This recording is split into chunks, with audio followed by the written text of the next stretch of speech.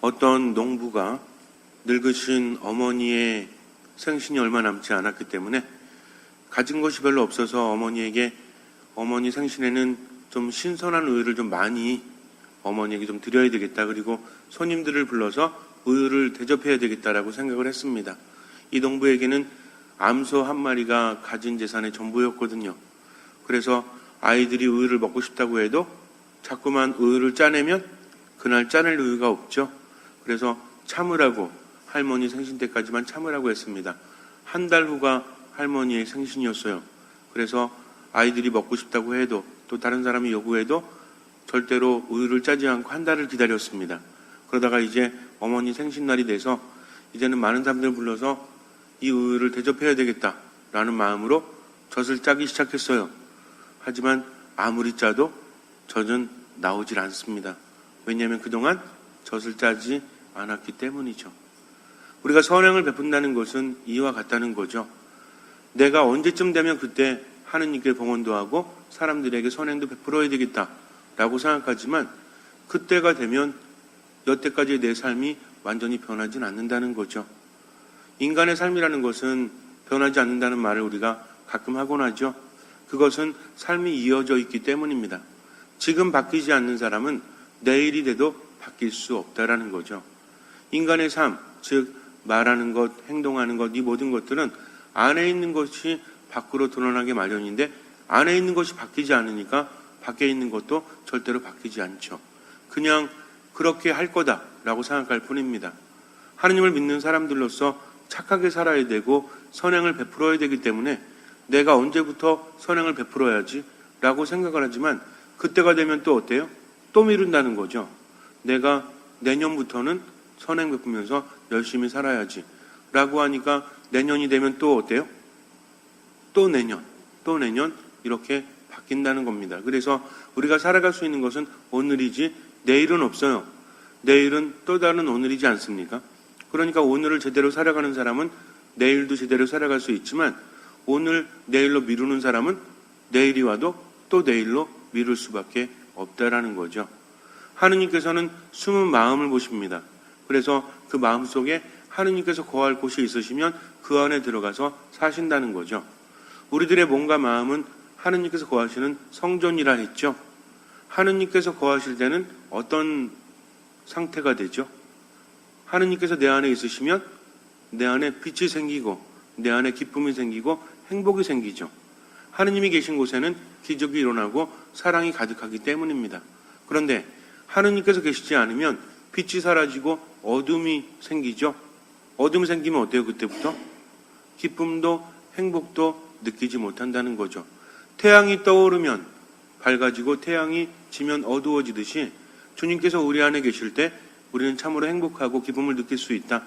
그렇다면 선행을 베푸는 사람은 바로 하느님께서 그 안에 계시기 때문에 선행이 베풀어질 수밖에 없다라는 거죠.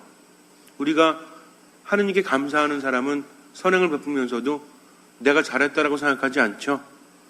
어떻게 생각합니까? 내가 받은 것이 크니까 하느님께 감사할 것이 많고 하느님께 용서받아야 될 것이 많으니까 선행을 하는 것을 오히려 기쁨으로 여깁니다. 내가 이렇게 선행할 수 있는 기회가 있어서 하느님께 뭔가 그래도 조금이지만 내세울 건 없지만 하느님께 드릴 것이 있으니 얼마나 감사한지 몰라요. 그런데 하느님께서 안에 계시지 않는 사람은 생각은 하죠. 내가 나중에 어떻게 베풀고 어떻게 살아야 되겠다. 그렇지만 지금 이 모든 것들이 누구 것이라 생각해요? 내 것이라 생각합니다. 그렇기 때문에 이 움켜 잡은 것을 놓을 수가 없는 거죠. 그러나 하느님이 그 안에 계신 사람은 모든 것이 하느님께 속한 것을 알기 때문에 그분께 감사하는 마음으로 베풀 수밖에 없다라는 겁니다. 그래서 제가 가끔 그런 말씀드리지만 똥통에서는 똥내음이 나고 향기를 담은 통에서는 향기가 난다는 거죠. 그렇지 않습니까? 아무리 감싸놔도 이렇게 나올 수밖에 없죠. 가끔 차에다가 김치통 싣고 가면 무슨 냄새가 나요? 김치 냄새가 나오지 않습니까? 아무리 이렇게 막는다고 할지라도 나올 수밖에 없어요. 그래서 공항 같은 데 가면 이제 전 세계 사람들이 모이는 곳에 가면 별의별 냄새가 다 있죠. 한국 사람들은 외국 갈 때 뭐 가져가? 성지순례 갈 때도 김치 이렇게 가져가니까 우리는 잘 몰라요. 김치 냄새에 익숙해져 있으니까. 근데 외국 사람들은 알아요, 몰라요? 예전에 한 번은 이스라엘에서 그 김치가 터져가지고 난리가 난 적이 있었대요. 이 김치를 이제 압축을 했는데 이게 터져가지고 이 냄새하고 막 이렇게 테러가 일어난 줄 알고 사람들이 다 대피하고 난리가 났었다고 합니다. 근데 희한한 것은 우리나라 사람이 아니고 일본 사람이었대요. 일본 사람인데 김치를 굉장히 좋아했었나 보죠. 그러니까는 늘 맞는 사람은 잘 모르지만 안 그런 사람들은 알 수밖에 없다라는 것입니다. 우리들 안에 있는 것이 겉으로 드러나게 마련이라는 거죠. 선행이라는 것은 그냥 어떤 결심을 하고 억지로 하는 것이 아니라 내 안에 있는 것이 그대로 드러난다. 하느님이 계시면 이 하느님의 강력한 힘이 밖으로 드러나겠어요? 안 드러나겠어요?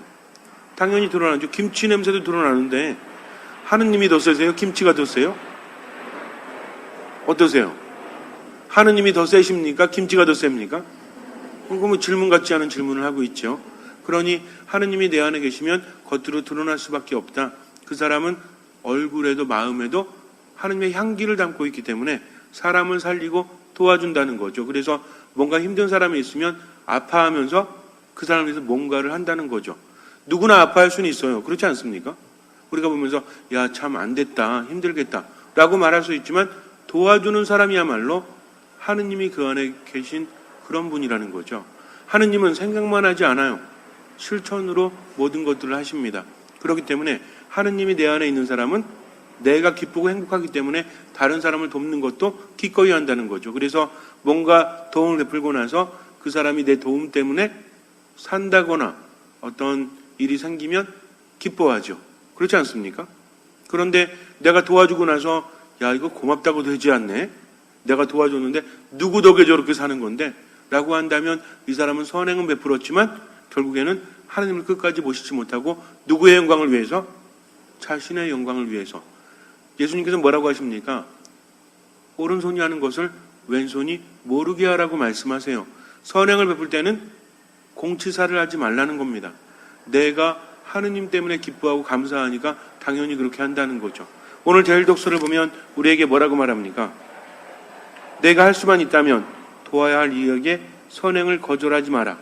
가진 것이 있으면서도 내 이웃에게 갔다가 다시 오게 내일 줄 테니 하지 말라라고 하십니다. 지금 도와줘야 될 사람은 지금 돕는 것이 하느님을 믿는 그런 사람이라는 거죠. 도와주지 않고는 배견할 수 없는 것은 사랑 자체이신 하느님께서 내 안에 계시기 때문에. 근데 요즘에 가만히 보니까 정서적으로 정신적으로 힘든 사람들이 많죠. 어쩌면 몸이 아픈 것보다 마음이 아픈 게 더 힘들지도 몰라요. 몸이 아파가지고 자살하는 사람들은 많지 않습니다. 그런데 몸은 멀쩡한데 마음이 아프니까 자살을 하기도 하죠. 눈에 보이지 않는 게 더 무서운 거예요. 근데 어떤 사람들이 우울함이 없을까요? 어떤 사람들이 내적인 공허함이 없을까요? 어떤 사람들이 분노가 적을까요? 어떤 사람들? 물론 하느님 안에 머무는 사람이 당연히 그렇겠지만 그건 뭐 알 수 없잖아요. 이 사람이 뭐 하느님 안에 머무는지 하느님 밖에 머무는지 척 보면 앱니까? 이런 거 모르잖아요. 근데 보편적으로 보니까 봉사하는 사람들, 신앙이 없다고 할지라도 밖에 본다고 할지라도 어떤 사람은 노숙자를 위해서 봉사하는 사람들, 그리고 뭔가를 하는 사람들이 있죠. 이런 분들은 연세가 많음에도 불구하고 얼굴에서 미소가 떠나질 않아요. 분명히 힘든데 돈 받고 일하는 것도 아닌데 즐거워한다는 겁니다. 그래서 내일 또 하는 것이 너무나 행복해서 오늘 편히 잔대요. 어떤 분이 우울증에 걸려서 계속 고생을 합니다. 아무리 좋은 약을 먹어도 의사를 만나도 해결되지 않았어요. 그러다가 어느 날 친구의 소개로 무료급수에서 일을 하게 됩니다. 점심때쯤 나가가지고 이제 저녁팀을 했기 때문에 반찬을 만들고 뭘 하고 이러면서 계속 움직이죠. 그리고 봉사하는 사람들끼리 모여서 함께 대화를 나누죠. 그렇게 해서 저녁을 해주고 설거지하고 집에 오니까 눈이 스르르 감기면서 굉장히 달콤한 잠에 빠져든다고 합니다. 그 다음부터 이 사람은 그래요. 내가 준 것보다 받은 것이 더 많기 때문에 이 일을 할 수 있는 것은 나에게 있어서 행복이다라고 말합니다. 신자는 아닌데도 불구하고 누구랑 닮은 얘기를 해요? 누가 이런 얘기를 했죠? 복음을 전하는 것 자체가 나에게는 보수라고, 만약에 이 일을 하지 못하게 막는다면 나는 불행하다고 누가 이야기하셨죠? 사도 바오로께서 그런 말씀을 하지 않으셨습니까? 하느님을 내 안에 모신 사람은 바로 하느님 때문에 사랑의 열매를 맺을 수밖에 없다라는 거죠. 분명히 잊지 마세요. 김치가 가득한 사람은 김치 냄새 나지만 하느님이 가득한 사람은 하느님의 향기, 즉 그리스도의 향기가 되어서 퍼진다는 겁니다. 등불을 감춰놓는다고 할지라도 어떻게 된대요? 이것이 결국엔 그 빛이 밖으로 나가지 않습니까? 오늘 예수님께서는 복음을 통해서 우리에게 뭐라고 말씀하시죠? 아무도 등불을 켜서 그릇으로 덮거나 침상 밑에 놓지 않는다. 등경 위에 놓아 들어오는 이들이 빛을 보게 한다. 숨겨진 것은 드러나고 감추어진 것은 알려져 훤히 나타나기 마련이다 라고 말씀을 하십니다. 마음속에 있는 하느님은 겉으로 드러날 수밖에 없죠. 그 힘이 너무나 대단하시기 때문에. 그러면 하느님이 마음속에 있는 사람은 얼마나 행복하고 얼마나 기쁘고 얼마나 즐겁습니까? 하느님이 내 안에 계시니까 그 자체만으로 행복할 수밖에 없죠. 우울함이나 이런 것들은 존재할 수 없어요. 왜? 빛이 있으면 어둠은 사라지기 마련이니까. 그래서 그 사랑이 밖으로 열매를 맺는 것이 바로 선행이라는 거죠. 믿음은 있다라고 말합니다. 그런데 다른 사람을 위해서 요만큼도 하지 않고 자기만을 위해서 살아가는 사람은 그 믿음은 참된 믿음이에요. 참된 믿음은 뭐가 따른다고 그랬죠? 뭐가 따른다고 그랬습니까? 뭐가 없는 믿음은 죽은 믿음이다. 사랑이 없는 믿음은 죽은 믿음이다. 굉장히 좋은 말씀이긴 해요. 그러나 제가 원하는 답은 아닙니다. 야고보 사도가 말씀하시죠. 행동이 없는 믿음은 죽은 믿음이다라고 말씀하십니다. 그러면 믿음이 있는 사람이 그 믿음을 실천한다는 것은 무엇입니까? 어떤 사람이 나는 너무 행복해. 믿음이 있으니까. 그래서 전혀 우울하지 않고 너무 행복해 하면서 자기 만족을 하면서도 절대로 선행을 베풀지 않는 사람은 이거 믿음이 아니에요. 진짜 믿음이라는 것은 뭐하고 같이 간다고 그랬죠? 믿음과 소망과 사랑. 그 중에 으뜸은 사랑이라고 말씀하십니다. 사랑은 뭐예요? 사랑이라는 것은 안에 있는 게 사랑이에요. 사랑이라는 것은 열매를 맺는 것을 의미한다는 거죠. 믿음이 있다라고 말하면서 하느님을 내 안에 모시고 있다고 말하면서 하느님을 모신 사람처럼 살지 못한다면 그것은 새빨간 거짓말이죠. 그 사람은 절대로 행복할 수가 없습니다.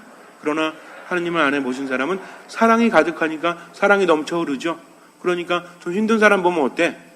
힘든 사람 보면 내 안에 계신 하느님께서 그러신 것처럼 그 사람을 도와주지 않고는 배견할 수 없는 사람, 이런 사람이야말로 정말 선행을 실천하는 사람 아니겠습니까? 어디 내가 봉사할 기회가 없나? 그래서 봉사할 기회가 있으면 늘 먼저 와서 나에게 봉사를 시켜주십시오 하면서 하느님을 위해서 모든 것을 내어놓는 사람은 하느님 보실 때 어떻겠어요? 결국 모든 것이 하느님께로부터 온 것인데 그렇지 않습니까? 내가 가지고 있는 것들, 이 몸뚱아리, 그리고 내가 누리는 모든 것들은 누구께로부터 받은 거예요? 하느님께로부터. 그런데 하느님께 드리는 것이 아깝습니까? 하느님을 위해서 사랑을 실천하는 것이 아깝습니까? 그렇다면 그 사람은 하느님을 온전히 모시지 못한 사람이다. 그러나 하느님을 온전히 모신 사람은 자기 뜻대로 하지 않고 기쁨에 겨워서 다른 사람에게 봉사하고 선행을 베풀 수 있다는 거죠. 가장 중요합니다. 우리가 하느님 때문에 기뻐하고 찬미하고 아무리 기도하고 말씀 안에 머물고 미사에 충실한다고 할지라도 그 안에서 선행이 없다면 결국에는 뭐예요? 그 믿음은 죽은 믿음이요 사랑이 없는 의미 없는 믿음이라는 거죠. 그러니까 믿음이 있다라고 말하면서 사랑이 없으니까 사랑이 없으면 참된 믿음은 아니죠. 그러다 보니까 뭐가 안 생겨? 요게 중요합니다. 내가 믿는다고 말해요. 그러나 믿음이라는 것은 뭐하고 같이 간다고 그랬어요? 사랑과 함께 간다 했습니다. 근데 믿음은 있는데 사랑이 없다? 참된 믿음이 아니죠. 그러니까 뭐도 없어? 세 가지 같이 간다고 그랬잖아요.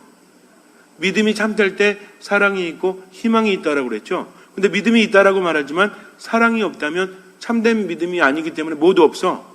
희망도 없어요. 그러니 삶이 기쁘겠어요? 안 기쁘겠어요? 늘 마음속에는 분노가 가득하고 미움이 가득하고 우울함이 가득할 수밖에 없죠. 뭐가 있는 사람은 기뻐요? 희망이 있는 사람. 내일이면 더 좋아질 거야. 하느님께서 나를 사랑하시니까 하면서 희망을 갖는 사람은 결국 믿음이 있는 사람인데 이런 사람은 진정한 사랑을 베풀 수 있는 사람이다. 그렇다면 나는 과연 어떻습니까? 여러분들은 주변에 있는 사람들, 우리가 가끔 그러죠. 내가 진짜 불쌍한 사람 만나면 도와줄 거야 라고 말하지만 하느님께서 안에 계신 사람은 진짜 불쌍하지 않아도 도와줘요, 안 도와줘요? 그럼 진짜 불쌍한 사람은 어떤 사람 불쌍한 거죠? 길 가는데 어떤 사람이 팔이 하나 없어. 야, 저 사람은 팔 하나 없네. 내가 진짜 불쌍한, 그러니까 팔 2개 없는 사람 만나면 도와줄 거야. 근데 팔 2개 없는 사람 만났어요. 그때 뭐래? 내가 팔 2개에다 다리 하나 없는 사람 보면 그때 도와줄 거야.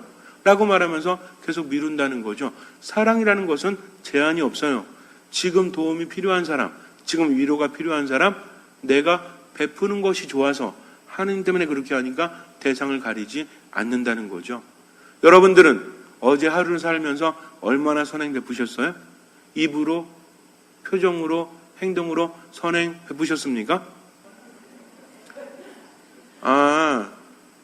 오른손이 하는 일을 왼손이 모르게 한다고 그래가지고 내가 오늘 베푸는 선행은 내일이 모르게 하셨구나. 그래서 어제 선행 베풀고 오늘 모르시는구나. 참 잘하셨어요. 앞으로도 그렇게 하시기 바랍니다. 선행 베푸는 대상은 모두예요. 예를 들어서 부부싸움 하는데 나도 승질나고 상대방도 승질나요. 그러면은 승질난 상대는 사랑의 대상입니까? 아닙니까? 아니에요? 승질난 대상은, 나에게 화를 내고 있는 대상은 내가 사랑해야 할 대상이에요? 아니에요? 그럼 예수님께서 십자가 주실 때, 야, 너희들은 좀 마음에 드니까 니네들은 좀 내가 구원 주고 니네들은 안 줄 거야, 이러십니까? 하느님께서는 누구에게나 비를 내려주시듯이 하느님께서 안에 있는 사람은 자기가 좋은 사람에게만 잘해주지 않아요. 이건 누구도 한다고 그랬어요. 세리나 강도도 그것들은 한다고 그랬죠. 그러니까 진짜 믿음 있는 사람은 상대방을 가립니까? 안 가립니까? 이 여러분들이 아까 대답 잘하셨잖아요. 사랑이 있는 사람은, 믿음이 있는 사람은 진짜 사랑의 열매를 맺고, 그런 사람은 희망이 있기 때문에 스스로도 행복하다. 근데 지금 질문하니까 어때? 실전에 들어가니까 고민하시잖아요. 지금 내 눈앞에 미워 죽겠는, 그래서 이 순간만큼은, 늘 미운 건 아니지만 이 순간만큼은 속이 확 뒤집어져 가지고 저 인간 얼굴에다가 이게 확 해버리고 싶은 그런 상대방, 이런 사람은 사랑해야 될 대상입니까? 아닙니까?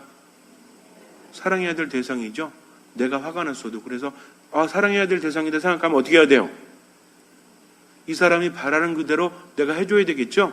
그럼 이 사람은 내가 말을 들어주길 바라겠어요? 아니면 내가 말하길 바라겠어요? 그렇죠. 가끔은 수치스러울 수도 있어요. 자존심이 팍팍 상할 수도 있습니다. 그러나 누구를 위해서? 주님을 위해서 그분께서 그렇게 하라고 하셨으니까 내가 상대방이 원하는 대로 희생해 주겠다. 희생 없는 사랑이 어디 있습니까? 상대방을 위해서 봉사하고 희생한다고 하면 그것이 바로 사랑인 거지. 손에 요만큼도 안 보고 사랑한다? 이거는 뭐 말로만 하는 사랑이죠. 그렇지 않습니까? 뭐든지 사랑에는 대가가 필요해요. 내가 상대방을 위해서 뭐 자판기에서 커피 한 잔 뽑아주는 것도 대가가 필요해요? 안 필요해요? 그냥 자판기한테 사랑한다 그러면 커피 나와요? 돈 넣어야 나오잖아요. 그럼 마찬가지로 지금 내가 미운 상대방을 사랑하기 위해서도 뭘 지불해야 돼? 그렇다고 앞에 화승질내는 그 배우자한테 300원 던져주면 안 돼요? 이게 아니라 어떻게 해야 돼요? 내 자존심을 지불해야 된다는 겁니다. 무엇 때문에? 사랑하기 때문에. 이것이 진짜 사랑이라는 거지. 기분 좋을 때는 막 사랑한데 기분 나쁠 때는 인상 팍팍 쓰면서 주변 사람 불편하게. 이거 진짜 사랑 아니에요. 그렇기 때문에 하느님의 말씀 안에 머문 사람은 진짜 사랑의 향기를 풍긴다. 아시겠습니까? 그런데 이 이야기를 듣고도 다음 주에 제가 비슷한 질문했을 때 또 꿀먹은 벙어리처럼 묵묵부답으로 있으신다면 그것은 실천이 따르지 않는 믿음이라는 겁니다. 그래서 우리가 주님이라는 빛을 내 안에 모시면 이 빛이 드러나서 사람들이 그것을 보고 주님을 믿을 수 있어야죠. 그렇지 않습니까? 그래서 여러분들은 사랑의 파수꾼이 돼서 우선은 가장 가까운 사람부터 사랑하세요. 원래 이게 제일 힘들어요. 남들 사랑하는 건 되게 쉬운데, 비교적 쉬운데 가까이 있는 사람 사랑하는 게 쉬워요? 어려워요? 어렵습니다. 그러나 그 사람부터 사랑하지 않으면 다른 사람도 사랑할 수 없다. 아시겠습니까? 그래요. 그렇게 힘을 내시면 아마 여러분의 삶이 바뀔 거예요. 그래서 늘 생각하세요. 내 안에 믿음이 있나? 사랑이 있나? 사랑이 있으면 뭐가 생깁니까? 희망이 생기니까 늘 기쁘죠. 근데 지금 내가 우울하고 한숨만 나고 힘이 하나도 없는 것은 내 안에 사랑이 없기 때문이요. 희망이 없기 때문이요. 그것은 진정한 믿음이 없기 때문입니다. 잠시 눈을 감으세요. 참된 믿음을 청하십시오. 기분 따라 살아가는 믿음이 아니라 오로지 하느님 때문에 사랑을 실천하십시오. 세상이 얼마나 넓은지 몰라요. 삶이 우울하십니까? 힘드십니까? 그렇다면 다른 사람을 위해서 살지 않기 때문입니다. 물은 퍼야 새로운 물이 거기에 솟아나듯이 우리 또한 자꾸만 사랑을 실천하면 주님께서는 새로움으로 채워주십니다. 인간적으로 판단하지 마세요. 내가 이렇게 말해서 이렇게 행동해서 손해보는 거 아닌가? 아닙니다. 하느님의 생각은 인간의 생각과 다르기 때문이죠. 무조건 사랑하십시오. 주님께서는 그 믿음을 보시고 우리 삶에 놀라운 기적을 일으켜 주실 것입니다. 아멘.